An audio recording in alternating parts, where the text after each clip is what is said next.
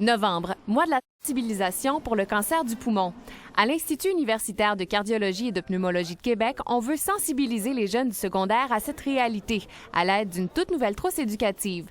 La voici. Réalisée par 5 étudiants en médecine de l'Université Laval, elle vise entre autres à dissuader les jeunes de commencer à fumer. Dans la trousse, il y a une petite clé USB dans laquelle on retrouve les capsules sur l'anatomie du poumon, très vulgarisées, sur la cigarette de tabac, le vapotage et le cancer du poumon.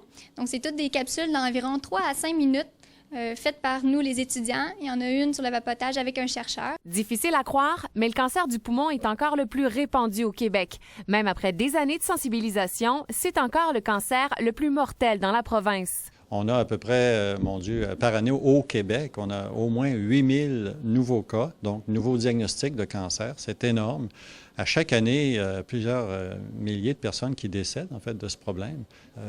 Vraiment, c'est énorme. Alors, c'est un des principaux problèmes de santé, effectivement, au Québec. Et l'un des facteurs de risque les plus importants, c'est bien évidemment le tabagisme. Au Québec, on dénombre encore 1,3 million de fumeurs et à chaque année, 13 000 personnes en meurent. Moi, je ne suis pas médecin, je ne peux pas guérir. Mais je peux faire encore mieux, je peux prévenir. Lucie Frenette fait partie du 20 % de survivants du cancer du poumon. Également enseignante, elle prône la sensibilisation. Moi, j'avais fumé étant plus jeune, puis je me suis souvent posé la question à savoir si je n'avais pas fumé, si on m'avait davantage sensibilisée à cette époque-là, est-ce que j'aurais pris quand même la décision de fumer?